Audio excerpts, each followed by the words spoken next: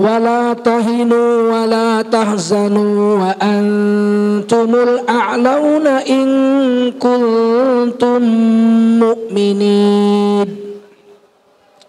Kamu jangan merasa hina, kamu jangan merasa galau, merasa cemas. Kamu itu, hai orang beriman, derajatmu paling tinggi.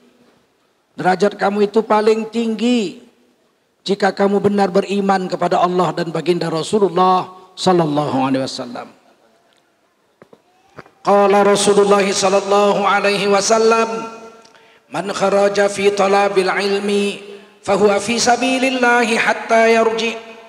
Baginda Rasul bersabda, siapa keluar untuk mendapatkan ilmu, orang itu adalah orang yang berjihad fi sabilillah sampai dia kembali ke tempatnya. Mudah-mudahan kita semua mendapatkan pahala jihad dari Allah SWT. Amin. Sadaqallahul azim wa sadaqa rasuluhun nabiyul karim wa nahnu ala dhalika minasyahidin wasyakirin walhamdulillahi rabbil alamin. Tuan guru kita, Habib Ahmad Al-Munawwar yang dimuliakan Allah SWT, mudah-mudahan dipanjangkan umur, diberi kekuatan oleh Allah untuk tetap membimbing umat Islam khususnya di wilayah Ciawi ini untuk tetap taat, yakin pada Allah dan kuat untuk jalan di dalam jalan yang ditunjukkan oleh baginda Rasulullah SAW. Begitu juga keluarga beliau semuanya, para ulama, tuan-tuan guru, bapak ibu-ibu, para pemuda-pemudi yang dimuliakan Allah SWT. Wajiblah kita bersyukur pada Allah SWT. Salawat dan salam kita sampaikan untuk baginda Rasulullah SAW.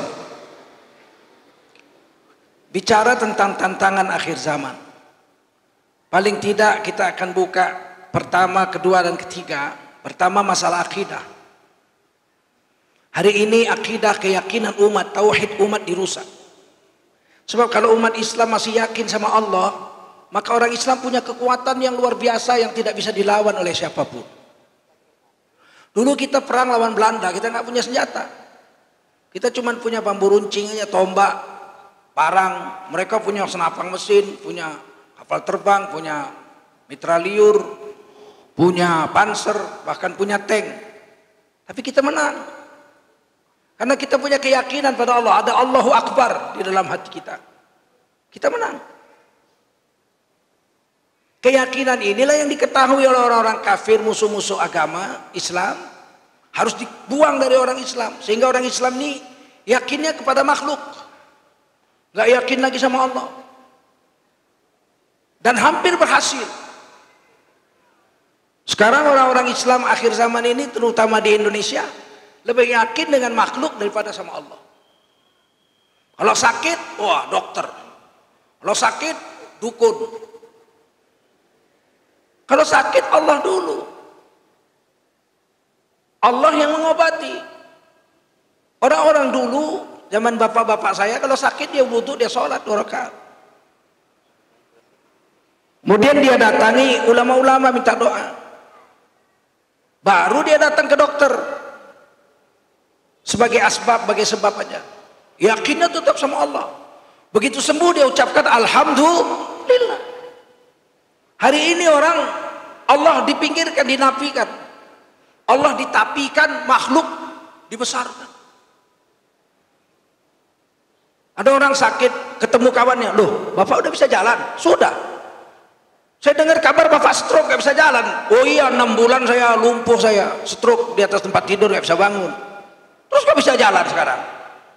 Ya saya pergi berobat. Kemana? Ke Singapura. Saya pergi ke Singapura, diobatin, sembuh. Sebulan saya dirawat sana, sembuh. Sekarang saya bisa jalan. Hebat dokter Singapura. Hebat dokter Singapura. Kata kawannya yang menyembuhkan bapak Allah. Bukan dokter Singapura itu, dia cuma sebab aja. Tapi yang menyembuhkan bapak Allah, apa dia bilang? Memang yang menyembuhkan saya Allah, tapi Allah ditafikan.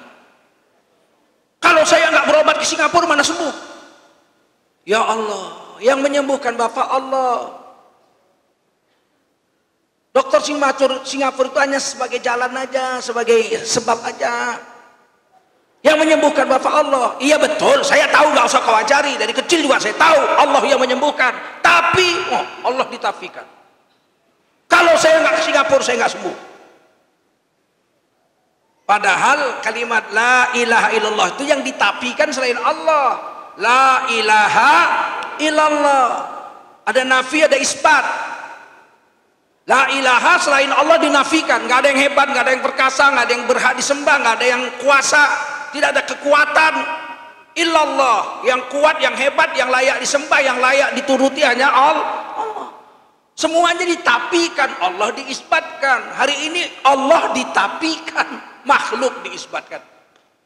Berapa rusaknya udah mereka berhasil merusak pola pikir kita dengan keyakinan kita kepada Allah, dia rusak. Akhirnya kawannya nanya, waktu Bapak berobat ke Singapura berapa orang? Oh, 3 orang. Satu dari Malaysia, satu dari Singapura, satu dari sini saya, orang Indonesia. Dirawat di rumah sakit yang sama, iya, di ruangan yang sama, oleh dokter yang sama, pakai obat yang sama. Terus saya sembuh, pulang. Yang dua lagi mati. Kan bukan dokter itu yang hebat, betul nggak? 3 yang dirawat, dokternya sama, obatnya sama, rumah sakitnya sama. 2 mati, 1 pulang. Berarti yang menyembuhkan siapa? Siapa yang menyembuhkan? Allah, bukan dokter itu. Terus kawannya nanya lagi, sekarang dokter itu apa kabarnya? Udah mati. Apa? Dokternya mati. Saya pulang seminggu dia mati dokternya. Yakin harus kepada Allah.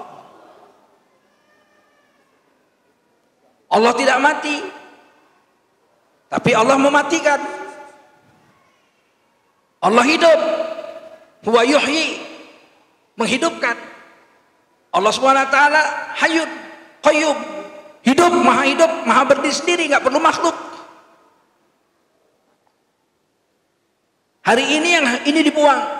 Ya Allah tuh memang Tuhan kita, tapi inilah yang nggak boleh itu. Tidak boleh ada tapi kepada Allah. Kalau sama manusia boleh. Ibu saya waktu melahirkan saya nggak ada susunya, nggak keluar air susunya, tapi tetangga saya melahirkan seorang ibu, anaknya mati, ada susunya. Dia sakit dadanya karena nggak nyusukan, air susunya harus dikeluarin. Lah saya disusukan sama tetangga saya yang memberi rezeki Allah.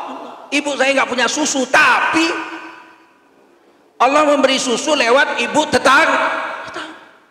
Jadi kalau makhluk boleh ditafikan. Kami hari ini nggak punya uang beli beras, nggak makan nasi kami seharian, tapi kami makan singkong. Kalau selain Allah boleh ditafikan. Paham?